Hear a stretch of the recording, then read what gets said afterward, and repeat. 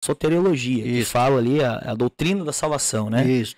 Dentro dessa doutrina da salvação, vamos falar que nós estamos no Ocidente, né? Certo. E é muito comum nós observarmos algumas festas comemorativas relacionadas à própria Bíblia, à própria salvação. Então vemos ali as festas natalinas, onde se celebra o nascimento de Jesus, a Páscoa, paixão, crucificação, morte e ressurreição de Cristo. E com todas essas festividades religiosas, onde as pessoas celebram ou estão celebrando esses eventos, ainda assim é necessário conhecer melhor o plano da salvação, certo? Então, eu queria que o pastor falasse para nós que estamos assistindo e para nós aqui no estúdio, o que é esse plano da salvação que Deus elaborou para o homem ser salvo? Que plano que foi esse? Bom, na verdade, não obstante, no Ocidente aqui está muito forte essa ideia da celebração do Natal e da Páscoa. Nós sabemos, nós temos consciência disso. Isso não é jogar ao vento, né? Não é jogar ao ar, mas a gente sabe disso. E há muitas pessoas que celebram o Natal e muitas pessoas celebram a Páscoa sem, na verdade, conhecer a fundo o significado real do Natal, bem como da Páscoa. Eles festejam, é comum no Natal. Feliz Natal, não é assim? Uhum. Feliz Natal, Feliz Natal. Na Páscoa, da mesma forma, Feliz Páscoa. Mas ao fundo mesmo, biblicamente falando, eles não têm conhecimento a fundo, profundamente falando, deste tema do porquê festejar o Natal. Ah, porque Jesus nasceu, beleza. Por que a Páscoa? Porque Jesus morreu, beleza. Alguns vão até um pouquinho mais longe, pastor. Ah, Jesus nasceu para cumprir as promessas de Deus, fez aos patriarcas, aos profetas e tal. E Jesus veio ao mundo. Muito bom. Outros, Maurício, festejam a Páscoa. Ah, porque Jesus morreu por nossos pecados. Até usam essa expressão. Mas usam essa expressão quase como um jargão, pastor. Sim. Porque ouvem outras pessoas falarem. Às vezes o seu chefe religioso lá fala isso, né? Jesus morreu pelos pecados da humanidade. Mas eles não têm consciência do sentido real disso aí. Tanto o Natal como a Páscoa, entendeu? Daí porque é necessário nós estudarmos esse tema sobre salvação. Até porque, se o senhor quer ver, o senhor por favor lá abre a Bíblia para nós. Em 2 Coríntios, segunda carta de Paulo aos Coríntios, existe um fato muito lamentável, muito triste, o Maurício e Gabriel. Existe um fato muito lamentável, muito triste, mas real no nosso planeta. Quando eu digo planeta, não estou falando aqui a questão Terra, né, universo, estou falando aqui a questão humanidade. Né? Há um fato muito real, triste, mas muito real, em que estamos vivenciando isso. E Paulo fala sobre isso na segunda carta aos Coríntios, no capítulo de número 4:4. Lê para nós, pastor. Nos quais o Deus desse século, esse Deus com letra minúscula. Minúscula não é o Deus criador dos céus e da terra. Vamos ver se a gente consegue lançar lá, irmão Gabriel, a câmera aqui, vamos ver se vai. Câmera da Bíblia. Não tá pegando, né? Está com probleminha de conexão lá. Tá com um mau contatinho ali. Aí. Deu? Vamos lá. Aqui, ó. 4:4. Nos quais o Deus deste século cegou os entendimentos dos incrédulos para que não lhes resplandeça a luz do Evangelho da glória de Cristo, que é a imagem de Deus. O Deus desse século, Deus com letra minúscula, certo, pastor James? Isso. Cegou o entendimento. Lembra que a alma é a razão do homem. Tá. A alma é a razão do homem. A alma obscurecida, logo, o homem não tem entendimento. Certo? Então, o Deus desse século, e não é forçar o texto e dizer que esse Deus é o próprio diabo, né?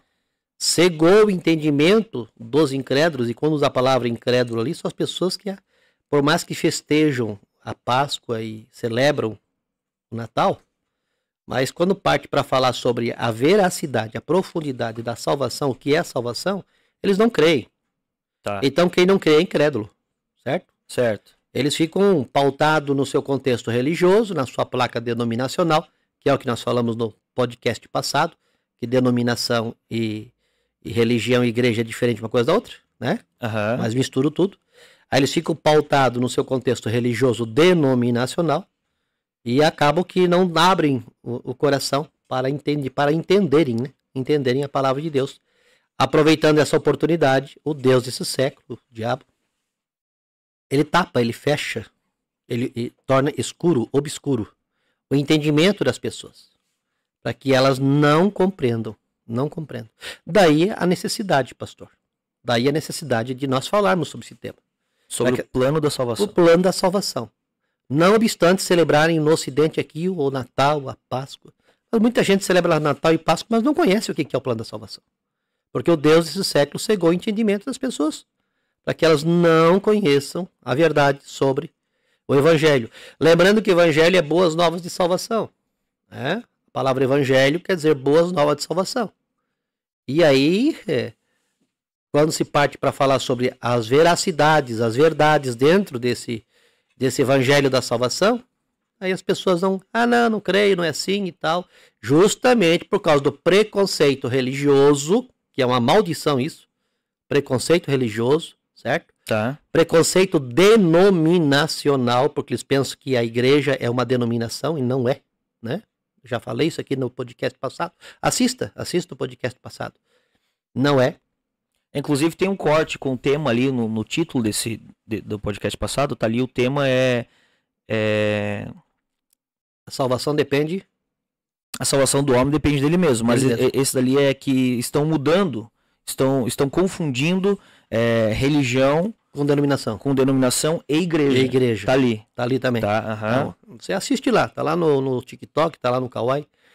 Então, é importante que as pessoas conheçam a fundo esse tema sobre salvação, né? O que é a salvação, o plano da salvação que Deus elaborou na pessoa de Jesus Cristo para o homem, para a humanidade.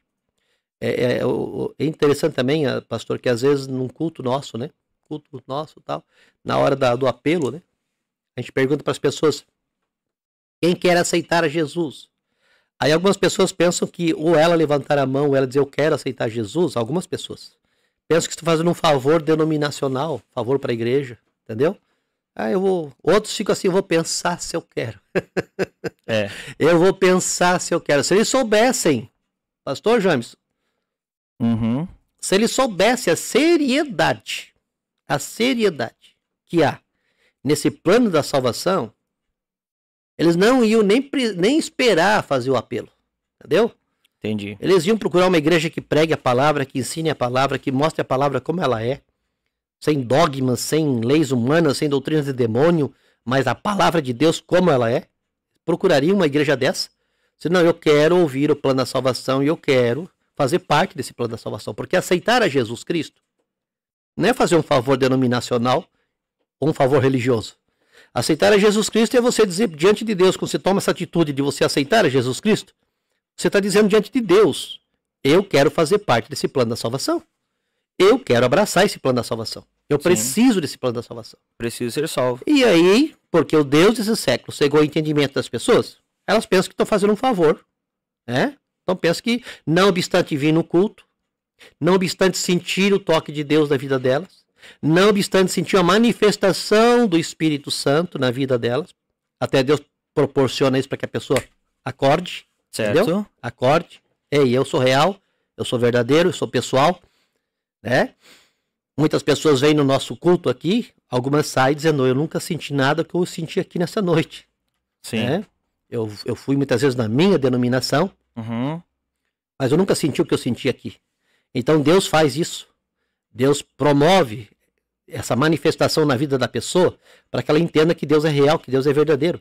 Até porque uma das marcas registradas do nosso ministério, vamos falar aqui, né? O ministério eclesiástico, tá? É a presença de Deus. Perfeito. Né? É a presença de Jesus. Então Deus proporciona isso aí na vida das pessoas para que elas acordem, para que elas tomem uma decisão na vida delas. Mas algumas delas Maurício, eu volto para casa para ir pensar se vão querer fazer parte desse plano da salvação ou não, achando que vão fazer um favor para Deus, favor para Jesus, favor para a igreja, entendeu? Exatamente. Então é isso aí. O Deus de séculos cegou o entendimento das pessoas. Então por isso que é importante nós estudarmos sobre este assunto tão glorioso, tão profundo que é sobre o plano da salvação que Deus elaborou para a humanidade através do Senhor Jesus Cristo.